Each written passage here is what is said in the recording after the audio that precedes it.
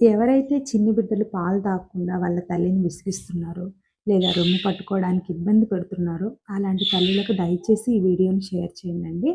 ఎందుకంటే బేబీ ఇలా చేయటం వల్ల తల్లి భయపడి బేబీ బాగా ఏడుస్తుంది, ఏమైనా అవుతదేమో, ఎస్పెషల్లీ అప్పుడే కొత్తగా తల్లి అయిన ప్రైమరీ మదర్స్ ఏమిటంటే చాలా భయపడతారు. బేబీకి ఏదైనా అయిపోతదేమో అనని. ఈ భయంలో ఏం చేస్తారంటే బాటిల్ ఫీడ్ అనేది అలవాటు చేస్తూ ఉంటారు. సో, ఇంక దాన్నే కంటిన్యూ చేస్తూ ఉంటారు. సో, దయచేసి ఇలా చేయొద్దండి. బాటిల్ ఫీడ్ ఇవ్వటం వల్ల బేబీకి చాలా ప్రాబ్లమ్స్ ఉన్నాయి. ఎస్పెషల్లీ చెస్ట్ ఇన్ఫెక్షన్స్ అంటే నిమోనియా లేదా అనేది రావటము.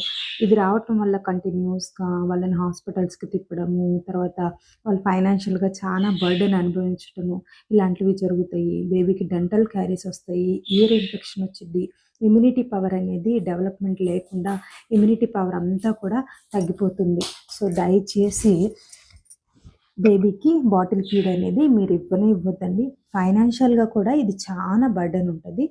సో, బేబీకి బాటిల్ ఫీడ్స్ అనేవి అలవాటు చేయకుండా అవాయిడ్ చేసి బ్రెస్ట్ ఫీడింగ్ అనేది కంటిన్యూ చేయండి. ఎవరైతే బ్రెస్ట్ నిపిల్ పట్టుకోలేకుండా ఉన్నారో ఈ ఇమేజ్‌లో చూపించిన విధంగా మీరు బేబీకి మసాజ్ చేస్తే లైక్ అప్పర్ లిప్ మీద ఇలా హాఫ్ సర్కిల్‌గా మసాజ్ చేయాలి.